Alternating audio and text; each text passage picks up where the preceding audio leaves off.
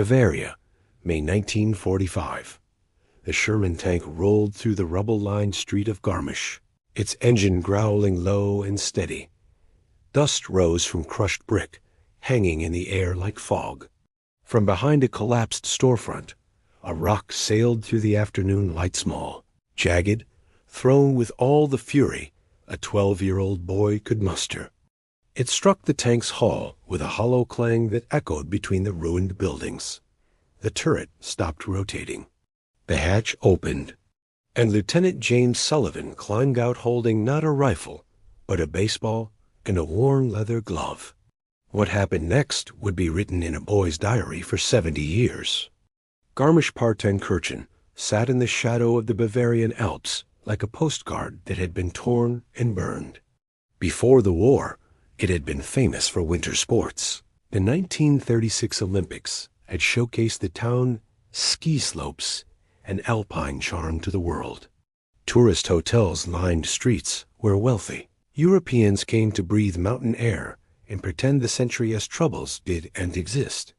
By May 1945, those hotels were rubble or requisitioned military billets. The ski slopes remained, but the gondolas hung still and broken. The streets were cratered from American artillery. Windows gaped empty where glass had shattered during the final push into southern Germany. The American Third Army had taken the town on April 30th. Resistance had been minimal, a few scattered defensive positions, some half-hearted mortar fire, then white flags appearing in windows as soldiers who had fought for 6 years decided they had fought enough. The formal German surrender came a week later, but in Garmisch, the war had already ended with a whimper of exhaustion rather than any dramatic conclusion. Lieutenant James Sullivan's tank platoon had been assigned occupation duty in the town. 4 Sherman tanks, 16 men, responsible for maintaining order in a population that ranged from sullenly cooperative to openly hostile, depending on the day and the individual. Sullivan was 24 years old, from Pittsburgh, Pennsylvania. He had joined the Army in 1942, trained at Fort Knox, landed at Normandy 3 weeks after D-Day. He had fought across France and into Germany, had seen friends die, had developed the 1,000-yard stare that combat veterans carried like scars. He was tired, bone-tired, soul-tired, ready for the war to truly end, so he could go home and try to become whoever he was before tanks and destruction had reshaped him. The tank he commanded, nicknamed Pittsburgh Steel, by his crew, was parked in the town square each morning as a visible reminder of American authority. The crew took shifts manning it, more for show than necessity. The real threats to occupation came not from German military resistance, but from displaced persons, black market operations, and the general chaos of a society that had collapsed. On May 15th, Sullivan was in the turret performing routine maintenance when he heard the distinctive sound of a rock striking steel. Klaus Weber was 12 years old and angrier than he had words to express. His father had died in Russia. He didn't know when exactly. The letter had said only that Hans Weber had fallen in the East, details to follow, condolences from the German leadership. No details had followed. The leadership had collapsed. His father was simply gone, erased, transformed from a person into a statistic. His mother worked at the American mess hall, cleaning dishes and floors for occupation forces because it was the only job available and because they needed food. She came home each evening smelling like American soap and cigarette smoke, her hands raw from harsh detergent, her eyes empty of everything except exhaustion. Their apartment building had been hit during the American artillery barrage. They now lived in 3 rooms of what had been a 6-room flat, the other half open to the sky where the roof had collapsed. When it rained, they moved furniture to avoid the leaks. When the sun shone, the ruined half of their home glowed with the golden light of defeat. Klaus had been taught to hate Americans. The propaganda had been relentless. Americans were barbarians, warmongers, culturally inferior, racially mixed, decadent, weak, and simultaneously somehow dangerous enough to require total war to defeat. The contradictions didn't matter. What mattered was the message. Americans were the enemy. And now they occupied his town, drove their tanks through his streets, handed out chocolate to children who begged, employed his mother to scrub their floors. The humiliation was physical. Klaus felt it in his chest, like something crushing his lungs. He couldn't articulate why a tank parked in the town square enraged him so deeply, but it did. The machine sat there like a monument to German defeat, its American crew lounging nearby, smoking cigarettes, laughing about things Klaus couldn't understand. On May 15th, walking home from the distribution point, where he had waited 3 hours for bread rations, Klaus saw the tank, and something inside him snapped. He picked up a piece of rubble brick fragment, jagged, heavy enough to throw with force, and hurled it at the machine with all the strength his 12-year-old body could generate. The rock struck with a satisfying clang. Klaus felt a moment of fierce joy, then terror, then defiance.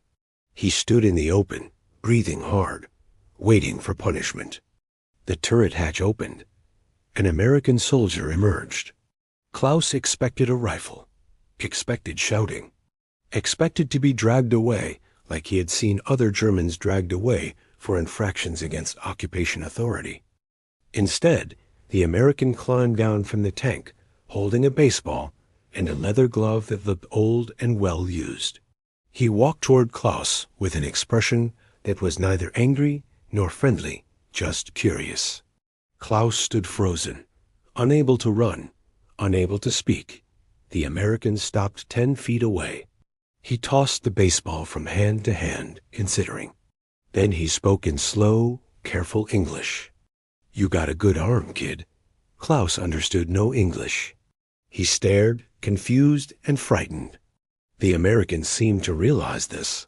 He held up the baseball, mimed throwing it, then pointed at Klaus, pointed at himself, made a gesture that suggested exchange. Klaus's brain struggled to process what was happening. He had thrown a rock at an American tank. The American wanted to play catch? Lieutenant Sullivan had not planned to teach baseball to a German kid. He had simply reacted on instinct when the rock hit his tank, climbed out to identify the threat, saw a skinny boy with defiant eyes and fists clenched, and recognized something he had seen before. Fear masquerading as anger. Grief expressing itself as aggression. A child trying to control anything in a world that had spiraled beyond all control. Sullivan had 2 younger brothers back in Pittsburgh, 13 and 15 when he shipped out, probably 17 and 19 now if they were still alive, which he prayed they were even though he hadn't received mail in weeks. He knew what boys looked like when they were hurting. This German kid was hurting. The baseball in Sullivan's pocket was a relic from another life.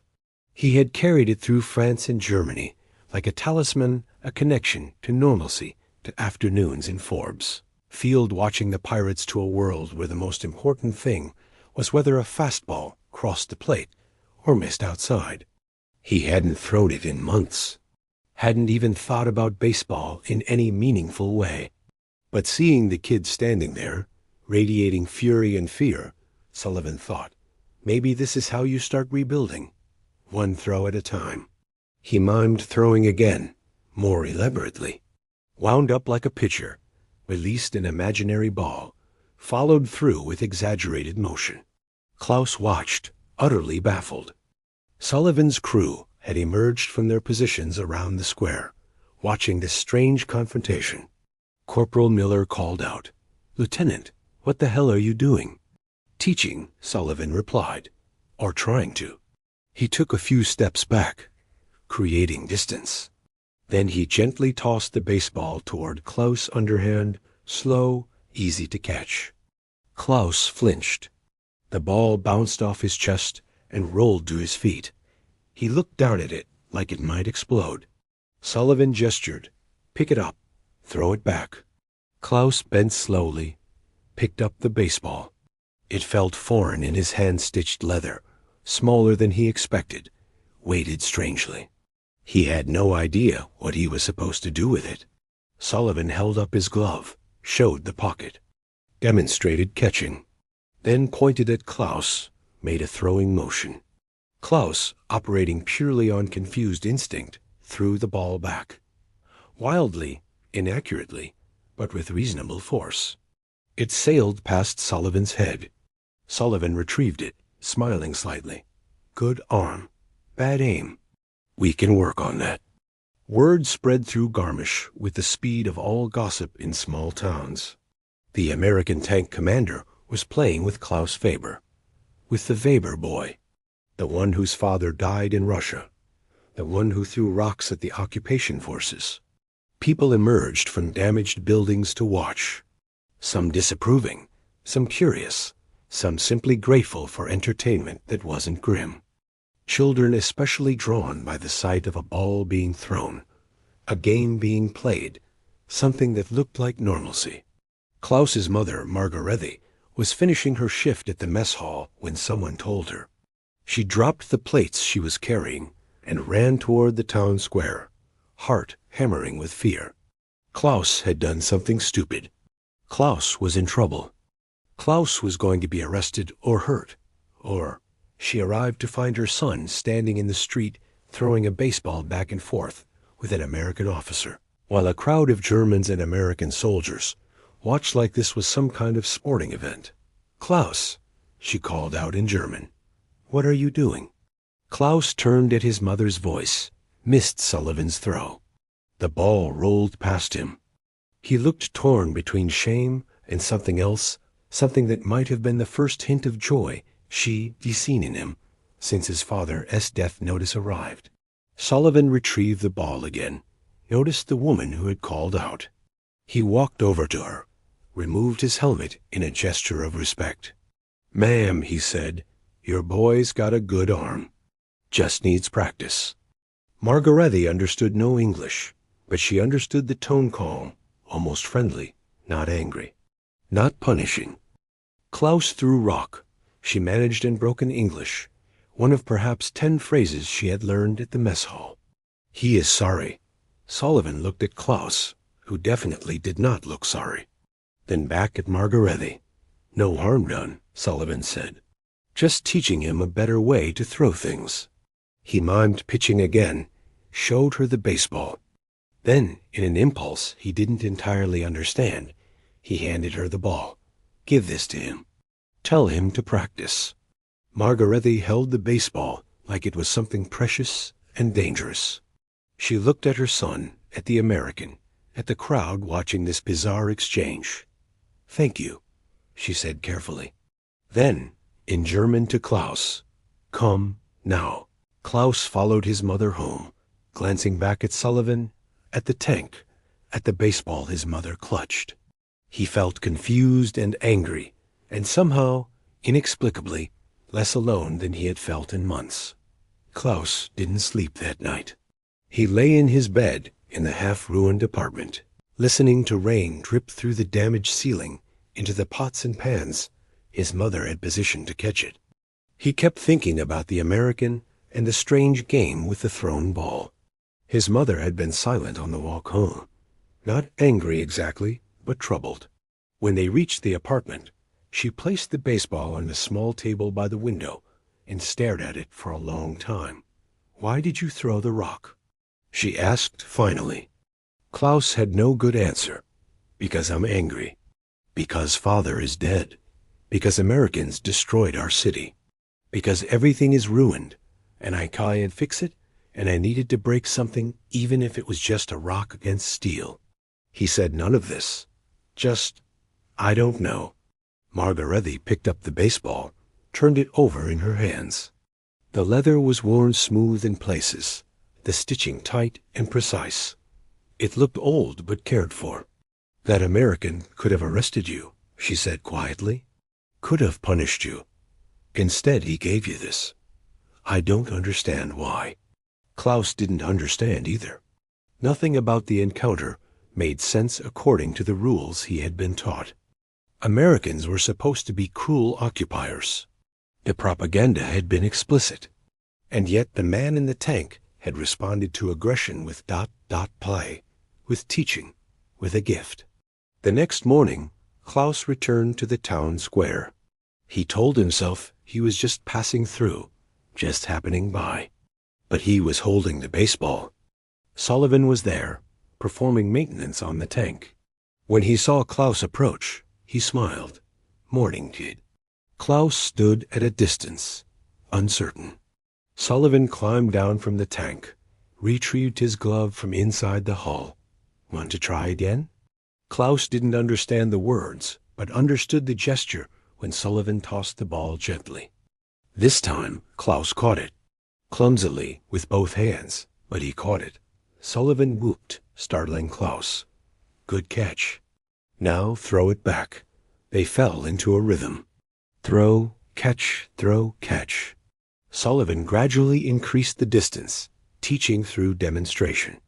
He showed Klaus how to grip the ball across the seams, how to step into the throw, how to follow through. Klaus was a quick study. Within an hour, his throws were straighter, stronger. Sullivan found himself genuinely impressed. "You're a natural," Sullivan said. "In another life, you'd make a hell of a pitcher." Klaus understood nothing, except that the American seemed pleased. And somehow that mattered. Over the following weeks, a pattern developed. Klaus appeared in the town square most mornings. Sullivan, when his duties allowed, spent time throwing with him. They couldn't speak each other's language beyond gestures and the occasional borrowed word, but they communicated through baseball. Sullivan taught Klaus the basics: throwing, catching, the concept of a strike zone. He drew a rectangle in the dirt to represent home plate, showed Klaus how to aim. They didn't have bases or a full field, just a damaged street and two people throwing a ball. But it was enough. Klaus began to understand the game's structure. 3 strikes, 4 balls, outs and innings. Sullivan demonstrated batting with a broken piece of lumber, showed Klaus how to swing. They played a bastardized version of baseball with whatever they could improvise: rocks for bases, rubble piles for foul lines. Other children began watching, then tentatively joining. American soldiers, too, drawn by nostalgia for a game that represented home and normalcy. By June, there were pickup games happening in the town square. Germans and Americans, children and soldiers, playing baseball in the ruins of a town that was slowly, painfully beginning to rebuild. Corporal Miller, Sullivan's gunner, joined one game and found himself pitching to a German boy who couldn't speak English, but who could somehow bunt. The absurdity of it, playing children's games with former enemies while Europe lay in ruins, was almost overwhelming. "This is insane," Miller said between innings. Sullivan, playing first base, shrugged. "Maybe, but look at them." The children, Klaus, and a growing group of German kids were laughing. Actually laughing. Running bases, arguing about what constituted fair or foul, completely absorbed in the game. "That's the first time I've seen kids here look like kids," Sullivan continued. "Not like refugees, not like orphans. Just kids." Miller nodded slowly. "Still insane. Yeah, but maybe the good kind." Not everyone approved. Some Germans saw the baseball games as collaboration, as betrayal of national pride. Klaus faced taunts from older boys who had been in the Hitler Youth, who maintained fierce loyalty to the defeated regime's ideology. American traitor, they hissed when Klaus walked past. "Playing with the enemy while your father lies dead in Russia." Klaus tried to ignore them, but their words burned. Was he betraying his father's memory? His country? Was there something shameful about finding joy in a game taught by occupiers? He asked his mother one evening. "Father would hate this, wouldn't he? Me playing with Americans." Margarethe was mending a shirt by candlelight. Electricity remained intermittent. She set down her needle and looked at her son. "Your father," she said carefully, "died for leaders who lied to us, who told us we were superior and destined to rule. Those leaders destroyed our country, Klaus. They destroyed millions of lives. Your father believed them, because he was told to believe them. She paused, choosing words with care. That American who teaches you baseball, Lieutenant Sullivan, he could treat us with cruelty. The occupation could be harsh, punishing. Instead, he throws a ball with children. He shares something from his home. Your father would want you to live, Klaus, to find reasons to smile, to rebuild. I think he would understand. But on the American side, there was also resistance. Captain Richard Warren, Sullivan's commanding officer, called him in after reports of the baseball games reached higher command.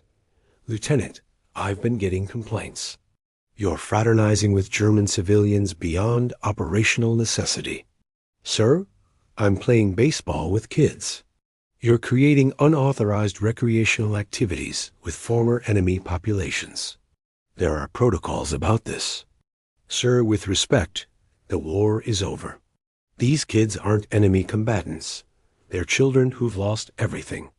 Baseball costs nothing and gives them something positive to focus on. Warren leaned back in his chair. You're aware that some of these children's fathers may have fought against us? May have been responsible for American deaths? Yes, sir. And my father fought against Germans in World War I. Should I hold children responsible for their father's wars? Warren had no immediate answer to that. Finally, keep it controlled. No large gatherings, no publicity. And if there's any incident, any problem, it stops immediately. Understood, sir. But Warren's expression suggested he understood more than he was saying.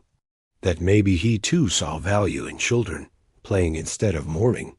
By July, the informal games had evolved into something resembling organized baseball. 2 teams mixed German and American playing regular matches. Sullivan had acquired additional equipment through creative requisitioning. More gloves, actual bats, even a catcher's mask that was decades old but functional. Klaus had become the best German player. His pitching had improved dramatically. He could hit Sullivan's improvised strike zone with reasonable accuracy, could throw a curveball that wasn't technically correct, but was effective enough to confuse batters. More importantly, he had regained something that resembled childhood. He smiled now, argued about calls with passionate intensity, celebrated successful plays with unguarded joy. Margarethe watched one game from the edge of the square. She saw her son dive for a ground ball, come up dirty and grinning, heard him shouting in German and broken English mixed together as language barriers dissolved in the heat of competition. A voice beside her said in accented German, "He's good." She turned to find Lieutenant Sullivan standing nearby, watching the game with an expression of quiet satisfaction. "Thank you," Margarethe said, "for teaching him." For being kind, Sullivan switched to slow, careful English. "He's a good kid. Reminds me of my brothers." "Brothers?" "Back home, Pittsburgh. I hope they're playing baseball right now instead of—" He gestured vaguely at the ruined buildings around them. Margarethe understood. "War," she said in English, "is finished. We must—" She struggled for the word, then mimed rebuilding. "Build," Sullivan supplied. "Yeah, we must build." They watched the game in companionable silence. Klaus struck out an American corporal with 3 straight pitches. The corporal laughed, shook Klaus's hand, said something that made Klaus laugh in return. "Your boy's got a future in baseball," Sullivan said. "If he wants it." Margarethe didn't understand all the words, but understood the approval in Sullivan's tone. She smiled, and for the first time in years, it wasn't forced.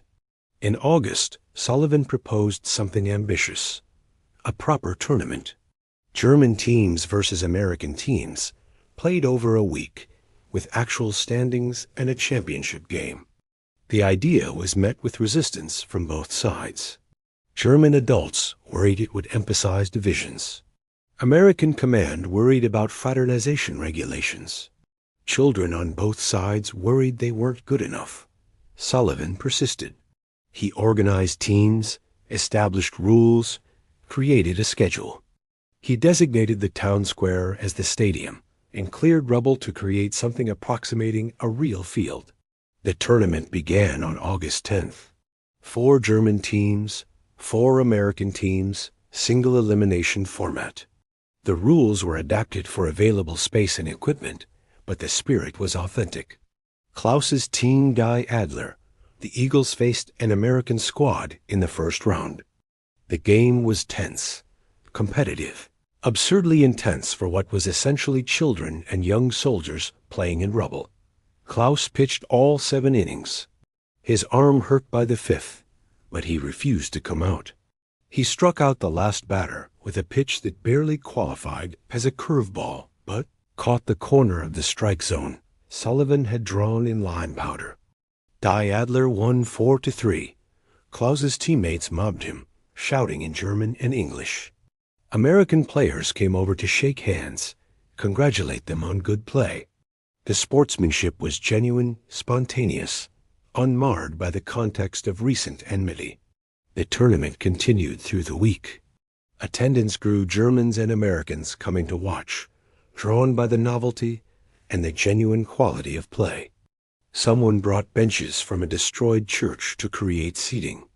A local woman started selling water and bread to spectators, creating an impromptu concession stand. By the championship game, the event had taken on significance beyond baseball. It had become a symbol of something, reconciliation maybe, or at least the possibility of moving forward. The final matched Klaus's Eagles against an American team led by Corporal Miller. The game was scheduled for Saturday, August 18th. The morning of the championship game dawned clear and bright. Alpine peaks visible in the distance, sky so blue it hurt to look at. The kind of day that made devastation seem temporary, that suggested beauty could survive anything. The town square filled early. Spectators, German civilians and American soldiers, crowded around the improvised field. Someone had created bunting from scavenged fabric, strung it between ruined buildings in red, white, and blue that could have been American or could have been German, depending on interpretation. Sullivan served as umpire, a role he took seriously. He wore his uniform, but left his helmet off, stood behind the pitcher calling balls and strikes with theatrical authority. Klaus took the mound for the Eagles. Across the field, Miller's team prepared to bat. The cultural symbolism was too obvious to ignore. German boy pitching to American soldiers in a town destroyed by war, playing a game neither side had known 3 months earlier. The first pitch sailed wide. Ball 1. Klaus settled, found his rhythm. The next pitch caught the corner. Strike. The game unfolded with surprising intensity. Both teams played well better than expected given their limited experience. Klaus pitched effectively, mixing fastballs with his experimental curve. Miller's team countered with disciplined hitting and aggressive base running. By the 6th inning, the score was tied 2-2. Tension built with each pitch. Spectators shouted encouragement in German and English. The atmosphere felt momentous, though no one could quite articulate why a children's baseball game mattered so much.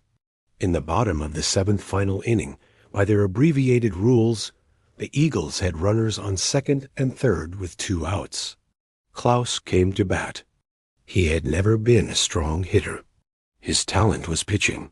But the moment called for something, and sometimes moments create their own necessity. Miller's pitcher threw a fastball down the middle. Klaus swung late, fouled it off. Strike 1. The next pitch was outside. Klaus watched it pass. Ball 1. The third pitch came in high and tight. Klaus stepped back, started to swing, stopped. The ball caught the outside corner. Strike 2. The square went silent. Klaus gripped the bat, a salvaged piece of wood that Sullivan had sanded smooth, and waited. The pitch came in perfect. Not too fast, not too slow. Right down the heart of the strike zone. Klaus swung. The sound of bat meeting ball echoed between ruined buildings. The ball sailed over the infield, over the outfield, cleared the improvised fence of rubble, and landed somewhere in what had been a destroyed bakery. Klaus stood frozen, unsure what he had done. "Run!" Sullivan shouted. "Kid, run!" Klaus ran, touched first base, second, third. His teammates mobbed him at home plate. Germans and Americans both cheering, the distinction momentarily irrelevant in the face of athletic excellence. The Eagles won 4-2. Sullivan had prepared something for the championship conclusion. He had spent weeks carving a trophy from wood, salvaged from destroyed buildings, a baseball player mid-swing, mounted on a base inscribed with the words, "Garmisch Tournament Champions, August 1945. He presented it to Klaus in front of the assembled crowd. Klaus accepted it with hands that trembled, eyes wide with disbelief. "You earned this," Sullivan said in English. "You played fair, played hard, played well. That's what baseball is about." Helga translated in real time, though Klaus barely needed translation. He understood from Sullivan's tone, from the weight of the trophy, from the applause echoing around the square. "Thank you," Klaus said in careful English. "Thank you for teaching." Sullivan shook his hand. "Thank you for learning." Then Sullivan did something unexpected. He called Miller over, removed a patch from his own uniform, the Third Army insignia, and pinned it to Klaus's shirt. "Brothers in baseball," Sullivan said. "That's what we are now." The gesture was small but profound. Klaus touched the patch, feeling the embroidered thread, understanding that something had shifted. He was still German. Sullivan was still American. But another identity baseball player had been added to both of them, creating connection across the chasm of war. The crowd dispersed slowly. Germans and Americans lingering, talking, some exchanging addresses for future correspondence. The rigid boundaries between occupier and occupied had softened, not disappeared, but made more porous by shared experience.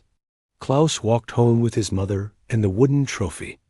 They placed it on the table by the window, next to the baseball Sullivan had first given him months earlier. "What does this mean?" Klaus asked. "The trophy? The games? All of it?" Margaretti considered. "I think it means we're allowed to rebuild. Not just buildings, but ourselves." "That American taught you more than baseball, Klaus. He taught you that enemies can become ... something else. Not friends exactly, but not enemies anymore either." "What word is there for that?" Margaretti smiled. "Maybe we need to invent a new word." Sullivan's orders came in September. The Third Army was rotating units, sending occupation forces home, bringing in new personnel. His platoon would ship out within 2 weeks. He told Klaus on a Tuesday afternoon. They were throwing in the square, routine practice that had become daily ritual. "I'm leaving soon," Sullivan said. "Going home." Klaus understood leaving and home, if not the full sentence. His expression fell. "Pittsburgh," Sullivan continued, pointing east. "My family. My brothers." He mimed playing baseball, pointed at Klaus, then at himself, trying to convey that they both would continue even apart. Klaus nodded, understanding and not understanding. He had known this would happen. Occupying forces wouldn't stay forever. But knowing didn't make it easier. On Sullivan's last day in Garmisch, the entire baseball community, German and American players, gathered for a final game. Not competitive, just exhibition. Everyone played, positions rotated, the score didn't matter. Afterward, Klaus presented Sullivan with a gift, a journal his mother had helped him create. Inside, Klaus had drawn pictures of their baseball games, had written in German about what Sullivan's teaching had meant. Sullivan couldn't read German, but he understood from the drawings. He felt his throat tighten. "I'll keep this forever," he said. "And when I get home, I'll tell my brothers about the German kid who learned to pitch in 3 months." Klaus handed Sullivan the original baseball, the one Sullivan had given him that first day. Sullivan tried to refuse, but Klaus insisted. "You gave it to me," Klaus said in broken English. "Now I give back, so you remember." Sullivan accepted the ball, worn now from months of use, carrying the marks of their shared experience. "I'll remember," Sullivan promised. "Kid, I'll remember everything." They shook hands. Then, impulsively, Sullivan pulled Klaus into a brief hug. Klaus stiffened with surprise, then relaxed, returning the embrace. The Americans departed the next morning. Klaus watched from the town square as the tanks rolled out, heading northwest toward staging areas and eventually ships home. Pittsburgh Steel passed last. Sullivan stood in the turret, saw Klaus watching, and threw a final salute. Klaus saluted back, formal and precise. Then the tanks were gone, leaving only the sound of engines fading into distance and the baseball field they had built together in the ruins. Klaus Weber continued playing baseball. When organized leagues formed in post-war Germany, he joined immediately. By 1950, he was playing semi-professionally for a Munich team. He never became famous baseball, remained a minor sport in Germany, but he played well and loved it fiercely. He kept the wooden trophy on his desk for the rest of his life, brought it to university, to his first apartment, to the home he shared with his wife and eventually children. When grandchildren visited, he told them about the American who taught him baseball in the ruins of Garmisch. James Sullivan returned to Pittsburgh. He married, had children, worked as a machinist in a steel mill. He kept Klaus's journal in a box of war memorabilia that he rarely opened but never discarded. Sometimes he would take out the baseball worn smooth from use, stitching coming loose, and remembered teaching a German kid to pitch. In 1967, Sullivan received a letter forwarded through military channels. It was from Klaus, written in improving English, explaining that he had found Sullivan's address through determined research.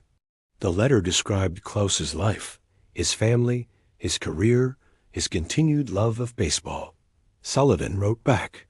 They corresponded irregularly over the years, Christmas cards and occasional letters. The friendship was distant but genuine, maintained across language barriers and geographic distance. In 1985, Klaus traveled to the United States for a baseball tournament. He detoured to Pittsburgh, met Sullivan for the first time in 40 years. They were both 62 years old, gray-haired, carrying the weight of decades lived since that summer in Garmisch. They spent an afternoon at Forbes Field, the same stadium where Sullivan had watched games as a boy.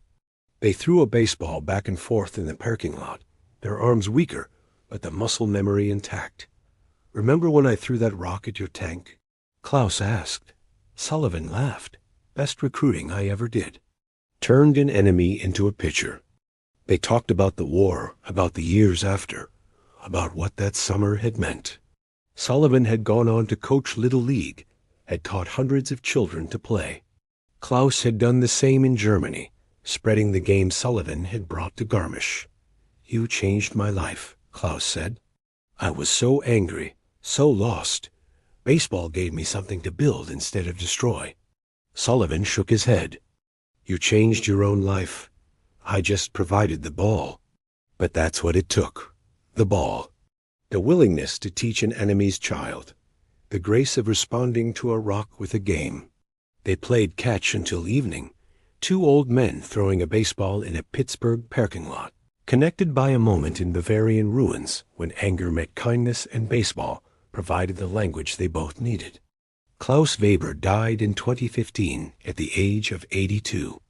Among his possessions, the wooden trophy Sullivan had carved, the 3rd Army patch Sullivan had pinned to his shirt, and 70 years of journals documenting his love affair with baseball. James Sullivan died in 2003 at the age of 81. Among his possessions, Klaus's hand-drawn journal from 1945, the baseball they had played with in Garmisch, and photographs of the championship game that someone had taken and sent to him decades later. The town square in Garmisch-Partenkirchen has been rebuilt multiple times over the decades. No trace remains of the improvised baseball field, the line-drawn strike zones, the rebel pile bases. But in the town museum, there is a small exhibit about the summer of 1945, It includes photographs of German and American children playing together, a worn baseball that was donated anonymously, and text describing how an American tank commander responded to a thrown rock, not with punishment, but with a game. The exhibit's title, When Enemies Became Teammates. Historians debate the significance of the Garmisch baseball games. Some see them as footnotes, minor feel-good stories in the larger narrative of occupation and rebuilding. Others argue they represent something essential about reconciliation, the need for small, human connections to bridge divides that war creates. But perhaps the meaning is simpler than academic analysis suggests. A 12-year-old boy threw a rock because he was angry and hurt and powerless. An American lieutenant could have responded with punishment. Instead, he responded with a baseball. From that exchange, months of games, a lifetime of friendship, and the slow, painful understanding that enemies are created by circumstance, but humanity is chosen by individuals. Klaus kept playing until arthritis made throwing impossible. Sullivan coached until Parkinson's made standing difficult. Both men carried the memory of that Bavarian summer as proof that even in war's aftermath, kindness could defeat hate one pitch at a time. The rock Klaus threw bounced off Pittsburgh steel and fell into dust. The baseball Sullivan handed him traveled across decades, across oceans, across the impossible distance between enemy and friend. One was a weapon. The other was a gift. Klaus chose the gift, and in choosing, helped prove that the future didn't have to be defined by the past's hatreds. Sometimes the most important battles are won not with tanks, but with patience. Not with violence, but with a leather glove and a willingness to teach. Not with punishment, but with the radical act of responding to a child's anger with grace. The war ended in May 1945, but the healing began with a baseball in August, thrown between two people who should have been enemies, but chose to be something better. Players, teachers, students, friends, brothers in baseball, as Sullivan had said. And in being brothers in baseball, they proved that brotherhood was possible, even across the deepest divisions war could create.